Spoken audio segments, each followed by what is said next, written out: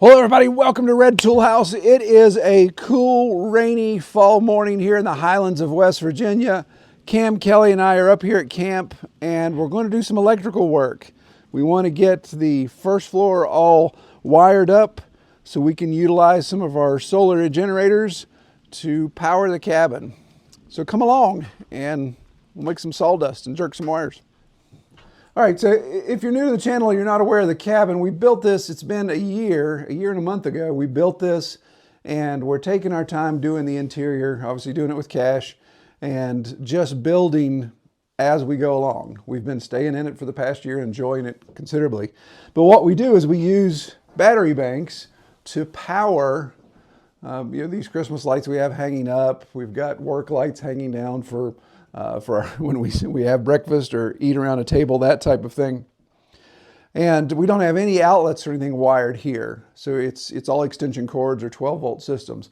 So the plan is to get everything wired. And then we've got a new, larger battery bank system that we're going to share with you all. And we're going to incorporate that in more of a permanent fixture setting. But we got to get everything wired first, and we got to get our load center put in behind where you guys are standing. All right, so you guys have put the single gang outlets above counter height, and we've got the one there, and that should suffice for the above counter, and then just go down below and put another one for floor. That way, if we have like a refrigerator or anything we want to plug in underneath, then we don't have to have a plug up and over the counter. Okay. So we'll just tie those circuits together. Then we'll need a light switch there, so use one of the doubles. Yeah. So here's a double. And that'll be a light switch that will do a three-way wire switch. So the ceiling fan and light in the center will be able to turn on or off on either side of the door. Okay. And then the other spot will be for exterior lighting. So if we have a porch light and a back porch light, then we'll have that space. So we'll mount two doubles on either there. Okay. And then we'll, as we discussed the layout, we'll just do floor outlets around, and then we'll come back and figure out where we want to put our overhead lighting. And since we decided to use some of the new LED track lighting, this isn't as critical when it comes to over the head for kitchen, because the track lighting will allow us to go one way or the other, and of course even the adjustable heads will be able to move to give us the ideal prep space for that. So you guys work on that, and I'll be working on getting the load center breaker box put in.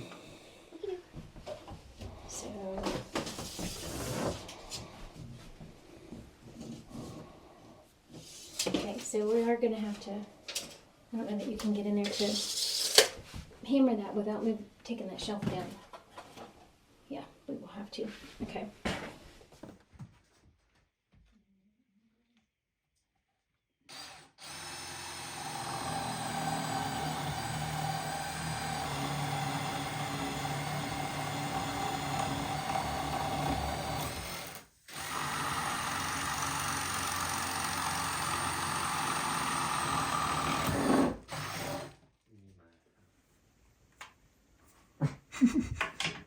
So why did everybody go up? Don't look at the camera. Everybody gets quiet. Crooked as heck. Well, use your thumb to 2x4's crooked. It's all right. Keep hammering or what? Yep. Or not. Yeah, that 2x4's got a terrible twist in it. Alright, so now we need to come over here. Well, Dad's over here. We can come back here. Do back here while Dad's in that spot. We can actually go ahead and do this double. And we'll measure and see how high that is and do the same one over here. And this is a double. Yep. Right, there's no difference between a light switch box and a... Nope. Okay, so that's it. So let's see how high that is, so we know it'll be easier to measure it before we put the box in. I want to move this stuff so I can get in there. I don't want to jump in.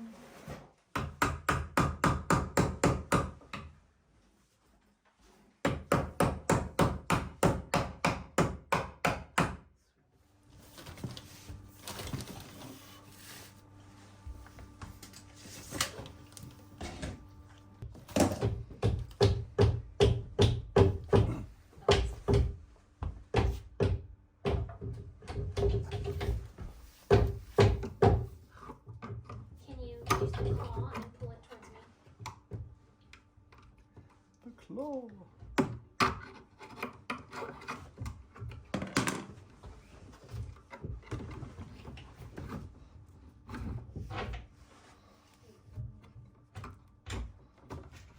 Do you want me to do that? That should be good. That should be plenty, Kel. Oh, we're just going here? Yeah, you're gonna go there.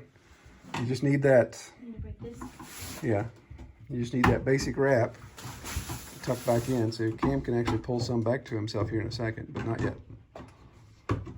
Okay, so we got everything wired that we could get wired. And to show y'all we're not one of those super fancy polished YouTube channels, we're gonna show you the comedy of errors that we've had this weekend. And it all comes back to planning, of course.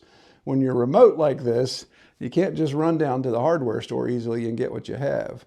The little hardware store that's half hour, 45 minutes away doesn't have what you need normally. So we were able to put our breaker box in, our load center. And of course, this is off grid, so we don't have anything connecting it from the outside as far as power service goes. Kelly and Cam wired our outlets. So we've got 3 circuits. We've got outlets in our living room / bedroom. We've got a circuit that's on our porch wall. And then we have a circuit that's on our kitchen. We only did one circuit on the kitchen, but it's 20 amp circuit. And with what we're running, should be fine, no problems. Not a huge kitchen, obviously. The appliances will be gas. And maybe, yeah, we've got the microwave that we run with a generator, so we'll have that at some point. And then we had another circuit with just overhead lighting. We have an overhead light for the living room, bedroom area, central overhead light for what would be a ceiling fan, and then two lights over the kitchen, and they'll have one light. We haven't installed that one yet. Actually, one light over the fireplace just for ambiance. So that really wires the whole downstairs, and the upstairs is already done as far as wiring goes. But the issue we ran into, and we wanted to show how we were powering, show you all how we were powering the whole first floor, all the things we need for running out. Yes, I have a CPAP machine, so running my CPAP machine at night, Kelly being able to charge her phone by the bed, being able to run the pump for water in the kitchen, and do any of those type of things. We wanted to show you all that. But the issue was, I did an order in advance on Lowe's. So ordered everything online, of course, so I could just swing by and pick it up on the way up here. Well, unfortunately, didn't go through the inventory the way I should have. I was supposed to get a whole bunch of outlets and one switch. Instead, I got a whole bunch of switches in one outlet. So we got one outlet wired up. And it works. It works quite well. So let me show you in detail what we're doing here, and then show you what we've got going on outside, because we're actually using a new power bank system from All Powers, and I'm going to feature that more here. So All Powers sent me their S2000P, their Pro Series. This is kind of the top end of their lineup. And the thing that attracted me the most about this unit over the other units I've had is the fact that the Pro has a 30 amp plug. And that 30 amp plug is going to come in handy for us up at camp, and its ability to run most of our cabin on all the needs that we have there. So the unit's pretty self-explanatory, very easy to access. Of course, you've got your 4 AC outlets up here, your 120 volts. You mentioned the 30 volts or the 30 amp outlet. It's got a plug for your XT60, so that allows you to plug into the cigarette lighter charger if you want to charge that way. It also allows you to plug into your solar panels or anything else. The XT60 configuration has a button for AC, so you turn all your AC unit elements on. And then it has a button for DC that you can turn all your DC elements on. 4 USB ports, 2 Type-C USB, 1 cigarette lighter adapter type. Get my finger underneath it. It also has a function where it will work as a UPS system. So if you've got it plugged in the back with a standard 120 plug, and you're just using it that way, you can use it as a UPS backup, that is surge protector, all of that type of stuff. The 30 amp, of course, is very compatible with most RVs. So your small campers all the way up to your mid-size RVs can have those type of plugs and can utilize that. They also offer an app that allows you to not only monitor the status of the unit, its incoming charge, its outgoing draw, but you can actually power up and power down the AC and DC sides.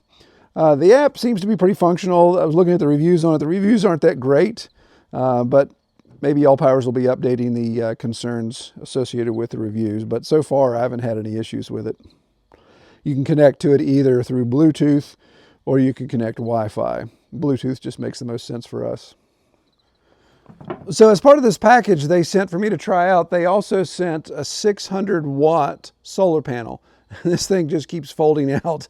So it's 6 100-watt panels and a carrying case, has a pocket on the back with your cables, and even has these reinforced loops that you can use to hang it. So if you wanted to hang it from somewhere, you could hook it. They include 6 carabiner clips, so you can clip it and hang it up there. Super handy to have that much solar power into something that's portable. You can grab it and take off with it. It's a little heavy, but it's still easy to carry. It's not ridiculous weight. And they also included some cables. I've added some extra to this case, but they have your XT60 plug to MC4s, so typical solar panel hookup, and that's what the solar panel has. They have the XT60 to cigarette lighter, so you can charge from a cigarette lighter device anywhere. And then they also have the regular power cable that you can plug. So AC cable. When I see those, I always think of computer cables off the old CPUs from the 90s, showing my age. So I'll put down in the video description the links to this as far as a promo code as well, because they do have a discount on it.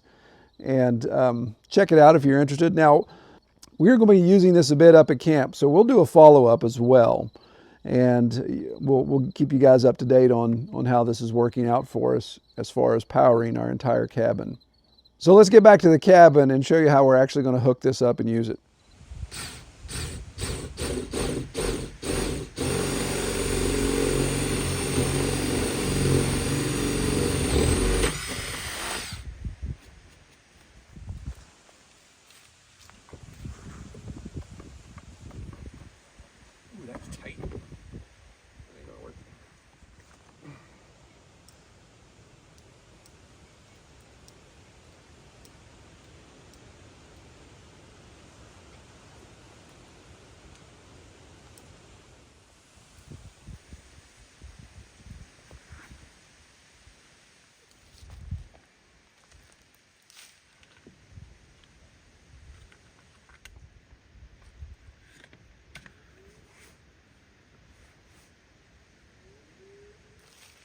That one will go.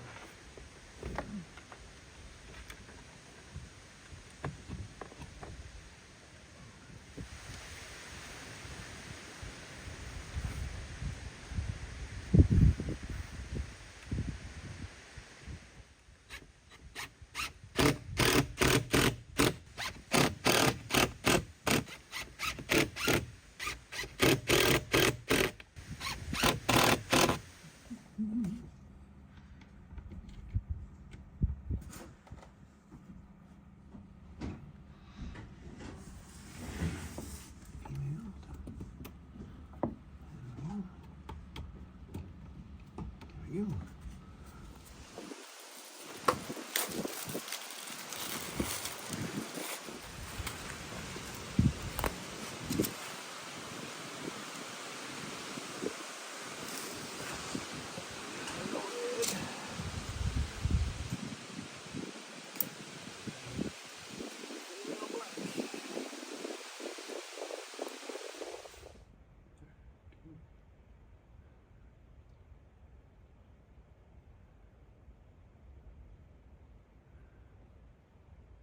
Okay, so here at our load center, breaker box, we've got all of our home runs, and I only got 3 breakers.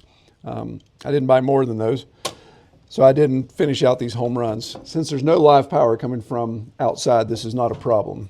All of this is dead. Just kidding. All of this is dead, so there's no worry of any electrocution. So we've got our home runs to the second floor, The ones we do have wired in are the downstairs that we thought we were going to have if we had enough outlets. To tie everything in, so this is our main breaker cutoff. It's off right now on. There's no power coming from our battery banks. So this is just a 10 gauge wire, so heavy duty wire, 10 gauge running to this breaker, and we're only doing 110, so I'm only doing one side of the breaker bus. And what we have is an RV plug that I made up on this end of this 10-3 wire. And that plugs directly into our specific battery bank that we have. But there was a little chink in the armor here, and I'll show you. This all-powers battery system that we have, that's what I made up this RV plug for. And the way it plugs in, the way this specific plug that I purchased, you can see the orientation of the ground pin is at 6 o'clock. Well, the orientation of the ground pin on the unit is at 12 o'clock. So no big deal. You just turn it upside down and plug it in, right? And we do that. Now we have power. If I turn AC on here, I now have power to my load center. I can flip the breaker on and run our one outlet that we have. But the whole point of this is to keep it charging while we're using it.